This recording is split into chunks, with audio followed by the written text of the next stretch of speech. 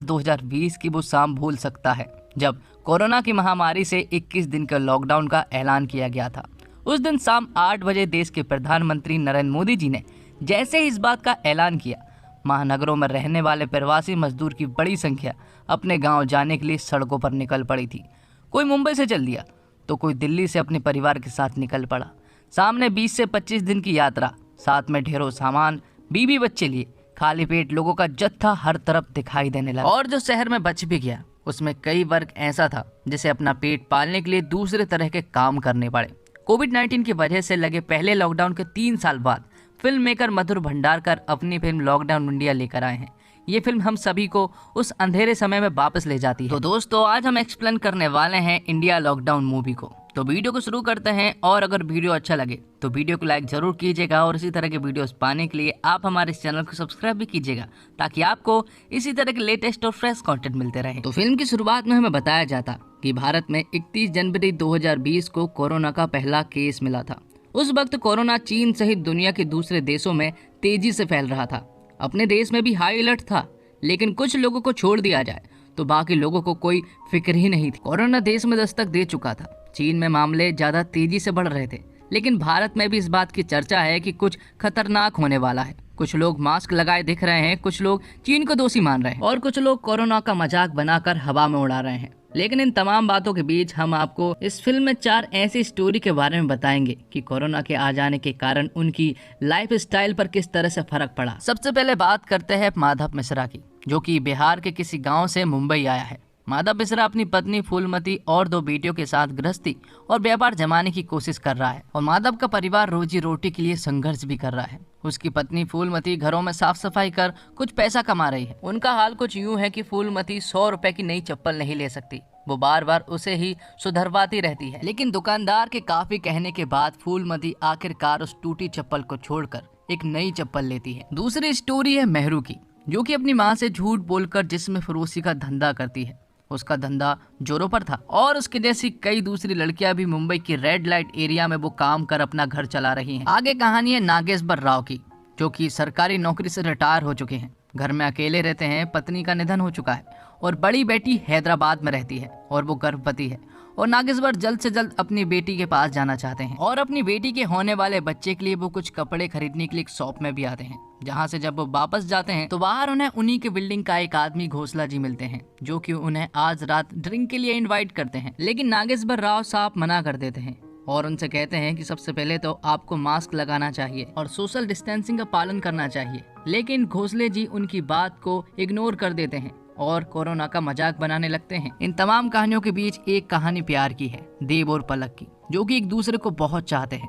नया नया प्यार है तो साथ में काफी कुछ एक्सप्लोर भी करना चाहते हैं, लेकिन उन्हें सही वक्त और सही जगह नहीं मिल पा रही है। अब अगले सीन में हम नागेश्वर राव को देखते हैं, जो कि अपनी बेटी से बात कर रहे होते हैं और जब वो बात कर रहे होते हैं तो यहाँ पर उनकी बेटी उन्हें जल्द से जल्द हैदराबाद आने के लिए इंसिस्ट करती है। नागेश्वर राव भी हैदराबाद जाने के लिए काफी उत्साहित थे, क्योंकि वो अपनी बेटी से कई सालों के बाद मिलने वाले थे। लेकिन कोरोना की महामारी के कारण उनका यह प्लान डीले पे डीले होते जा रहा है। साथ ही हम नागेश्वर राव के घर पर फूलमती को देख पाते हैं, जिससे कि हमें पता चलता है कि फूलमती नागेश्वर राव के घर पर मेड का काम करती है। और जब फूलमती अपना सारा काम खत्म करने के बाद जब वापस लौट रही थी तो यहाँ पर नागेश्वर राव उसे रोकता है और वो उससे कहता है कि कल से तुम काम पर मत आना। दरअसल कोरोना काफी तेजी से बढ़ रहा है, इसलिए उसे अपने घर पर ही रहना चाहिए और सोशल डिस्टेंसिंग का पालन करना चाहिए। तब नागेश्वर राव फूलमती को इस महीने की पेमेंट कर देता है, लेकिन यहाँ पर फूलमती उससे कहती है कि अगर वो ये काम नहीं करेगी तो वो खाएगी क्या, जिस पर नागेश्वर राव उसे अगले महीने की भी पेमेंट कर देता है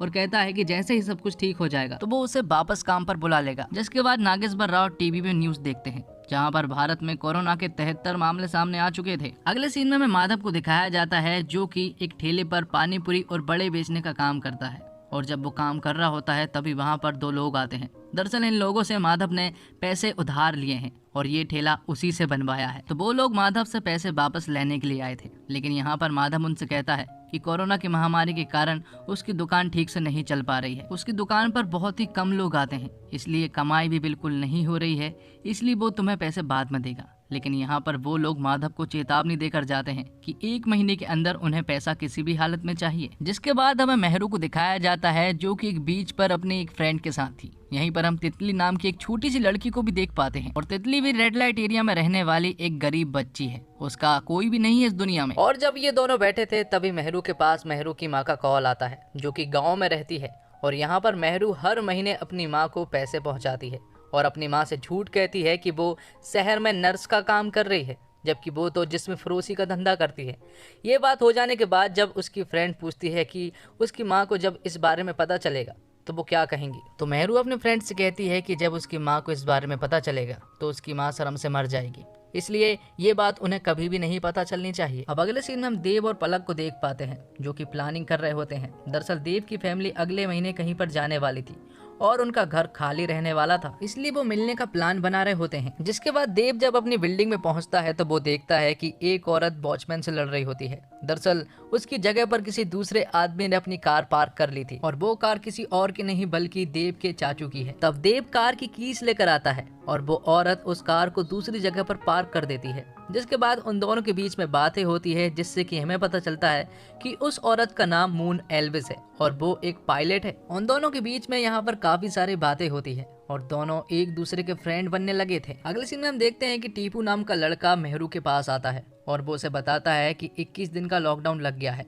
इसलिए जल्द से जल्द अपना कार्यक्रम खत्म करे। अब ये न्यूज सभी जगह फैल चुकी थी। नागेश्वर राव को भी पता चल चुका था कि 21 दिन का लॉकडाउन लग चुका है, लेकिन अब वो क्या करे क्योंकि हैदराबाद तो वो जा नहीं सकता था और मेड को भी छुट्टी पर भेज दिया था, इसलिए सारा काम अकेले ही करना पड़ रहा है। इसलिए वो ग्रोसरी शॉप पर जाते हैं और काफी सारा राशन खरीद कर लेकर आते हैं। यहाँ दूसरी तरफ माधव की फैमिली का बहुत ज्यादा बुरा हाल हो चुका था क्योंकि उनके पास खाने को अब कुछ भी नहीं बचा था और लॉकडाउन भी लग चुका था, इसलिए अब उनकी हालत और भी ज्यादा बिगड़ने लगी थी। और जब माधव अगले दिन राशन की लाइन में खड़ा हुआ था तो वहाँ पर कुछ लोग आते हैं और वो लोग माधव को पहचान लेते हैं। दरअसल इन लोगों को माधव से पैसे लेने थे। माधव ने भी उन लोगों को देख लिया था, लेकिन वो उन लोगों से नजरें छिपा रहा होता है, लेकिन उन लोगों ने माधव को पहचान लिया था, इसलिए वो उसके पास जाते हैं और पैसे मांगते हैं।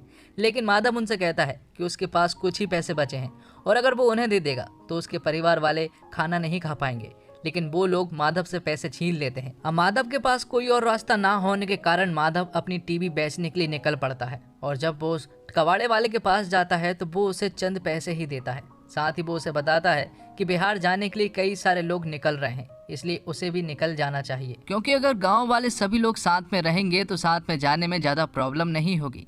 ये बात माधव को काफी अच्छी लगी, इसलिए वो गांव जाने के लिए उन लोगों के पास जाता है और उन्हें भी अपनी सारी समस्याएं बताता है। जिसके बाद सभी लोग यहाँ पर डिसाइड करते हैं कि वो पैदल ही अपने अपने गांव के लिए निकलेंगे और 30 से 35 किलोमीटर रोजाना सफर करेंगे। ये सभी लोग जब बात कर ही रहे होते हैं कि तभी अचानक से यहाँ पर कई सारे पुलिस वाले आ जाते हैं और इन्हें मारने लगते हैं क्योंकि ये लोग सोशल डिस्टेंसिंग का पालन नहीं कर रहे थे, इसलिए इन लोगों को यहाँ से भागना पड़ता है। यहाँ दूसरी तरफ मेहरू का धंधा एकदम ठप पड़ा था क्योंकि उनके पास कोई भी कस्टमर आने को तैयार नहीं थे क्योंकि लॉकडाउन लग चुका था।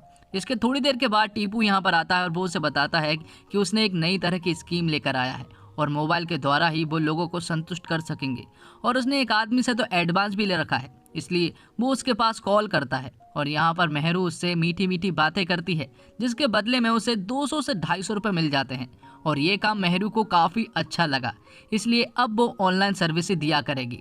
अगले सीन में हम देखते हैं कि नागेश्वर राव के पास घोसले जी आते हैं और वो जब उसके नज़दीक आ रहे होते हैं तो वो उन्हें वहीं पर रोक देते हैं और वो उनसे कहते हैं कि सोशल डिस्टेंसिंग का पालन करना चाहिए क्योंकि लॉकडाउन लग चुका है। लेकिन घोसले जी उनकी इन बातों को मजाक में बना देते हैं और कहते हैं कि कोरोना वोरोना कुछ नहीं होता। जिसके अगले सीन में मून एल्विस को देखते हैं जो कि अपनी बालकनी पर थी और दूसरी तरफ देव था। दोनों आपस में बात करते हैं और दोनों की फ्रेंडशिप काफी गहरी होती जा रही थी। साथ ही हम देख पाते हैं कि पूरे के पूरे शहर में स्ट्रिक्ट रूल हो चुके थे, पुलिस वाले हर जगह घूम रहे थे और लाठी चार्ज भी पूरी तरह से हो रहा था। 10 दिन के लॉकडाउन पूर्ण हो चुका था और यहाँ पर हालत बिगड़ रही थी और साथ ही माधव की फैमिली के पास यहाँ से जाने के अलावा कोई और ऑप्शन नहीं था क्योंकि उनके पास खाने पीने का कोई भी सामान नहीं बचा था। इसलिए रात में ही सभी लोग गाँव के लिए निकल पड़ते हैं, लेकिन पुलिस वाले भी वहाँ पर मौजूद थे, इसलिए सभी को यहाँ से चोरी छुपे ही निकलना पड़ता है। अगले सीन में हम देखते हैं कि नागेश्वर राव जब अपने घर पर होते हैं तो यहाँ पर एक वॉचमैन आता है। दरअसल घोसले जी को कोरोना हो चुका था, इसलिए बिल्डिंग के सभी लोगों का कोरोना चेक किया जा रहा था। इसलिए यहाँ पर कुछ डॉक्टर्स आते हैं और वो लोग भी नागेश्वर राव का कोरोना चेक करते हैं। साथ ही वो उन्हें बताते हैं कि 2 दिन के अंदर रिपोर्ट आ जाएगी। दूसरी तरफ मून और देव की फ्रेंडशिप अब काफी गहरी होती जा रही थी। दोनों हंसी मजाक काफी हद तक करने लगे थे और दोनों एक दूसरे की बातों को काफी अच्छे तरीके से समझने भी लगे थे। दूसरी तरफ प्रवासी मजदूर गांव जाने के लिए सफर तय करने लगे थे। कई सारे लोगों के पास खाना नहीं था और कई सारे लोग तो ऐसे थे जिनके पास पीने के लिए पानी तक नहीं था। उन्हें कई सारे किलोमीटर तय करने पड़ते जिसके बाद उन्हें पानी मिलता। साथ ही हम यहाँ पर देख पाते हैं कि कुछ लोग इनमें ऐसे भी थे जो कि फूलमती को गंदी निगाहों से देख रहे थे। अगले सीन में हम मेहरू को देखते हैं जो कि डांस कर रही होती है। दरअसल उसने ऑनलाइन काम शुरू कर दिया था और उसके कस्टमर को वो ऑनलाइन सर्विस देने लगी थी। उसका काम अब जोरों से चलने लगा था, लेकिन उस तरह से नहीं चल पा रहा था जैसा कि पहले चला करता था। अब आगे हम देखते हैं कि नागेश्वर राव की हालत तब खराब हो जाती है जब उसे पड़ोसी के द्वारा पता चलता है कि घोसले जी की डेथ हो चुकी है।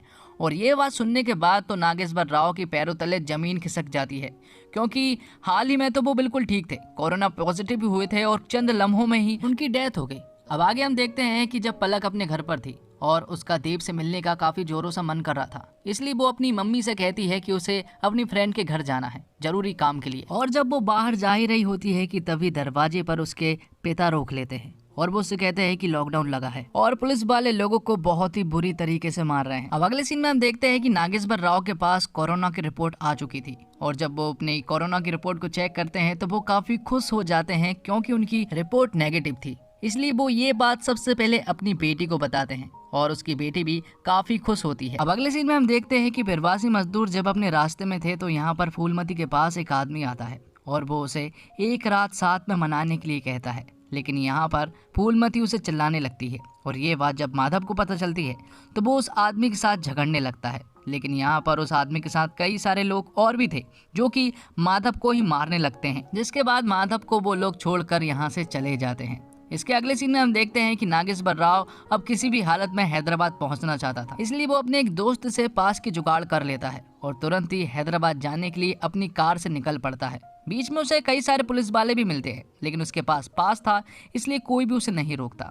अब अगले सीन में हम देखते हैं कि मेहरू जब अपनी कॉलोनी में थी और जब वो अपने घर पर थी तो यहाँ पर उसकी एक फ्रेंड उसके पास आती है और वो उससे कहती है कि खाने के लाले पड़े हुए हैं, इसलिए सभी लोग पैसे कलेक्ट कर रहे हैं। इसलिए मेहरू भी कहती है कि वो भी उन्हें पैसा देगी और जब वो अपना पैसा चेक करने के लिए जाती है तो उसे पता चलता है कि उसका सारा पैसा चोरी हो चुका है। उसने अभी तक जितना भी पैसा कमाया है वो सारा का सारा पैसा चोरी हो चुका है। इसलिए वो खूब चिल्लाती है और रोने भी लगती है क्योंकि उसे अपनी माँ को भी पैसे पहुंचाने थे। यहाँ दूसरी तरफ मून और देव साथ में थे, दोनों के बीच में नजदीकियां बढ़ने लगी थी और यहाँ पर मून जब देव को किस करने ही वाली होती है कि तभी देव उसे रोक देता है। यहाँ माधव की फैमिली अकेले ही अब गाँव के लिए निकल पड़ी थी, लेकिन उनका भूख के कारण बहुत ही ज्यादा बुरा हाल हो रहा था। थोड़ी दूर जाने के बाद उन्हें कुछ सड़े केले मिलते हैं और उन्हीं से उन्हें अपनी भूख मिटानी पड़ती है क्योंकि उनके पास अब कोई भी और रास्ता नहीं है और उनके पास पैसे भी नहीं है। यहाँ नागेश्वर राव ने अपनी बेटी को नहीं बताया था कि वो हैदराबाद उससे मिलने के लिए आ रहे हैं, क्योंकि नागेश्वर राव दरअसल उन्हें सरप्राइज देना चाहता था। अब एक रात जब मेहरू अपनी बालकनी में खड़ी हुई थी तभी अचानक से वो देखती है कि उसकी खोली से चुपचाप से एक लड़की यहाँ से जा रही है और जब मेहरू उसका पीछा करती है तो यहाँ पर मेहरू को पता चलता है कि वो लड़की कोई और नहीं बल्कि तितली है जिसने उसी का पैसा चोरी किया था। यहाँ पर तितली से वो वजह पूछती है जिसपे कि तितली उसे बताती है कि वो उनकी तरह धंधा नहीं करना चाहती और टीपू उसे बेचना भी चाहता है। साथ ही जब मेहरू के पास टीपू का कॉल आता है तो यहाँ पर मेहरू उसे बताती है कि तितली जो है वो रेलवे स्टेशन की तरफ भागी है और शायद अब वो उसे नहीं मिल पाएगी। इसलिए अगले ही दिन मेहरू गबरू नाम के एक आदमी के पास जाती है और वो उसे तितली को अपने गांव भेजने को कहती है क्योंकि वो वहां पर अपनी माँ के साथ सेफ रहेगी। यहाँ दूसरी तरफ माधव की फैमिली का भूख से बहुत बुरा हाल था, इसलिए माधव खाना ढूंढने के लिए जाता है। यहाँ मून अगली सुबह देव के पास आती है और वो यहाँ पर देव से सॉरी कहती है। साथ ही देव उससे कहता है कि वो पलक से बहुत प्यार करता है, इसलिए वो उसे धोखा नहीं देना चाहता। और जब ये दोनों बात कर ही रहे होते हैं कि तभी गेट पर पलक आ जाती है और पलक जैसे ही अंदर आती है कि वो दोनों इमरान हाशमी बन जाते हैं और उन्हें इमरान हाशमी बनता हुआ मून भी उन्हें देख रही थी और यहाँ से चुपचाप निकल लेती है। अब अगले सीन में माधव को देखते हैं जिसने कि एक खाने का टिफिन लेकर आया था और ये खाने का टिफिन दरअसल नागेश्वर राव का था, जो कि फूलमती ने बहुत ही अच्छे से पहचान लिया था क्योंकि वो उन्हीं के घर पर काम करती थी और लास्ट बार उसने यही टिफिन तो पैक किया था। और जब उसने माधव से पूछा तो माधव उसे बताता है कि वो हाईवे पर गया था जहाँ पर एक चलती हुई कार से उसने मदद मांगी थी, लेकिन उसने मदद नहीं दी, जिसके कारण उसने उसके ऊपर पत्थर दे मारा और पत्थर दे मारने के कारण उसकी कार का एक्सीडेंट हो गया, जिसके बदले में उसने उसका सारा पैसा और खाना यहाँ पर लेकर आ गया। फूलमती ने जब ये सारी बातें सुनी तो वो माधव के ऊपर बहुत ज्यादा गुस्सा होती है और बिना खाए ही वहां से चली जाती है। साथ ही हमें पता चलता है कि नागेश्वर राव मरे नहीं हैं, बल्कि वो तो जिंदा है और वो अपनी बेटी से सही से बात भी कर रहे हैं। अगले सीन में हम देखते हैं कि माधव एक ट्रक वाले के पास जाता है। दरअसल ये ट्रक वाला गांव जा रहा होता है, इसलिए वो उसे नागेश्वर राव के सारे पैसे दे देता है, जिसके बदले में वो लोग गांव जाने के लिए एक ट्रक में निकल पड़ते हैं। तो दोस्तों, ये फिल्म देखते हुए आपको फिर से वो दिन याद आते हैं। शायद लॉकडाउन की यादें कुछ लोगों को जहन में धुंधली पड़ गई हैं। ये फिल्म उस धुंध को हटा देती है। कैसे शुरू में मास्क पहनने को कुछ लोगों ने बेवकूफ़ी बताया, कैसे एक रोटी के लिए कुछ गरीब तरसे, कैसे कई दिन पैदल चलकर कुछ मजदूर अपने गाँव पहुंचे। इनमें से कुछ चीजें हमने सुनी और टीवी पर देखी भी, लेकिन इसके पीछे भी एक कहानी थी। इस फिल्म के कुछ सीन आपको हिला डालते हैं और एक आध सीन ऐसा आता है जब भूख से तड़पता मजदूर का परिवार सड़े हुए केले खा रहा होता है तो आप आंखें बंद कर लेते हैं। मधुर ने लॉकडाउन के दर्द को बखूबी दिखाया है। कहीं भी उन्होंने चीज़ों को जस्टिफाई करने की कोशिश नहीं की, वही दिखाया जो आम लोगों ने महसूस किया और जो हमने आपने अपने आसपास देखा। यह इस फिल्म की खूबसूरती है। सिनेमा एक कला है और कला वह है जो शांति में हलचल पैदा करे या हलचल को शांति करे। मधुर भंडारकर का सिनेमा लंबे समय से इस लाइन के पैमाने पर संभल कर चल रहा है। उनकी तपस्या का ही परिणाम है कि उन्हें हिंदी सिनेमा की कुछ बेहतरीन फिल्मों के निर्माता के रूप में याद किया जाता है। परंतु साधक को यह भी आवश्यक है कि वह अपने चिंतन, मनन और उपासना को दूषित ना होने दे, और ऐसा करने के लिए उसे अपने आसपास के उन लोगों से दूर रहना होगा जो उसकी चिंतन प्रक्रिया को दूषित करते हैं। साथ ही खबरों में लोगों के डिप्रेशन के बारे में बातें शुरू हो गई हैं। पढ़ाई के साथ साथ हम में से ज्यादातर लोग ऑनलाइन हो गए हैं। इन्हीं कहानियों, किरदारों और खबरों से मिलकर बनी है फिल्म लॉकडाउन इंडिया, जिसे डायरेक्ट किया है मधुर भंडारकर ने, लिखा है अमित जोशी और आराधना शाह ने। अब इस फिल्म में कहानी जो मधुर भंडारकर अपनी फिल्म में दिखा रहे हैं, ये सब कुछ असल में आप सभी कहीं न कहीं देख चुके हैं। सड़क पर चलते मजदूर ने किन की आंखें नम नहीं की। अपनों से बिछड़ने का दर्द भी सभी ने लॉकडाउन के समय महसूस कर लिया था। दो प्यार करने वाले भी लॉकडाउन में कभी न कभी अलग हुए ही हैं। ऐसे में सवाल ये है कि जिन घटनाओं ने आपको असल जिंदगी में इतना परेशान कर दिया था, क्या भंडारकर की फिल्म भी आपको झकझोर कर पाई? जवाब है नहीं, बिल्कुल भी नहीं।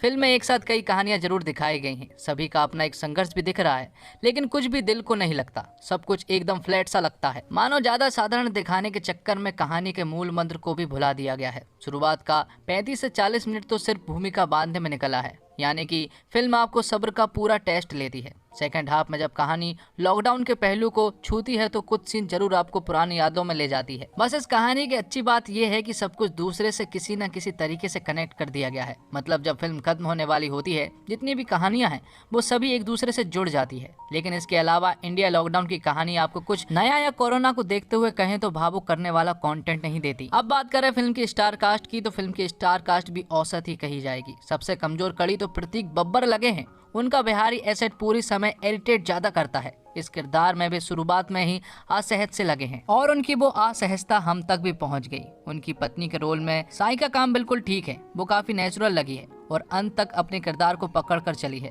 प्रकाश बोलावड़ी भी अपनी रोल में फिट बैठे हैं। बात करें श्वेता बासु की, तो उन्होंने अपने रोल को बहुत ही ठीक ढंग से निभाया है। जब भी वो स्क्रीन पर आती हैं तो उनकी एक्टिंग बहुत ही साफ तरीके से झलकती है। साथ ही आहना कुमार और जरीन जैसी कुछ दूसरी अभिनेत्रियों का भी काम अच्छा था। उन्होंने कहानी को जरूर सपोर्ट देने का काम किया है। मधुर भंडारकर जैसे निर्देशक जब भी कोई फिल्म बनाते हैं, एक चीज हर कोई उम्मीद करता है, वास्तविकता। उनकी कहानियों में एक अलग ही सच्चाई रहती है जो दर्शकों के साथ जुड़ने का काम करती है। लेकिन इंडिया लॉकडाउन जो संवेदनशील मुद्दे पर बनाई गई फिल्म है, वो इस डिपार्टमेंट में फेल हुई है। सबसे बड़ी निराशा तो इस बात की है कि फिल्म एक बार भी अंदर तक नहीं झकझोर पाई। मतलब मजदूर 21 दिन से बिना कुछ खाए पिए पैदल चल रहा है। ये सीन सोच ही आदमी इमोशनल हो सकता है, लेकिन भंडारकर के जरूरत से ज्यादा साधारण ट्रीटमेंट ने उस भावुकता को खत्म कर दिया। फिल्म में कई सीन ऐसे लगे जो शायद जोरदार हिट करते अगर थोड़ा इमोशनल एलिमेंट पर ध्यान दिया हो करें। और इसी के साथ ये एक्सप्लेनेशन यहीं पर खत्म होता है। तो दोस्तों, उम्मीद करता हूँ आपको वीडियो पसंद आई होगी। वीडियो पसंद आई हो तो वीडियो को लाइक जरूर करें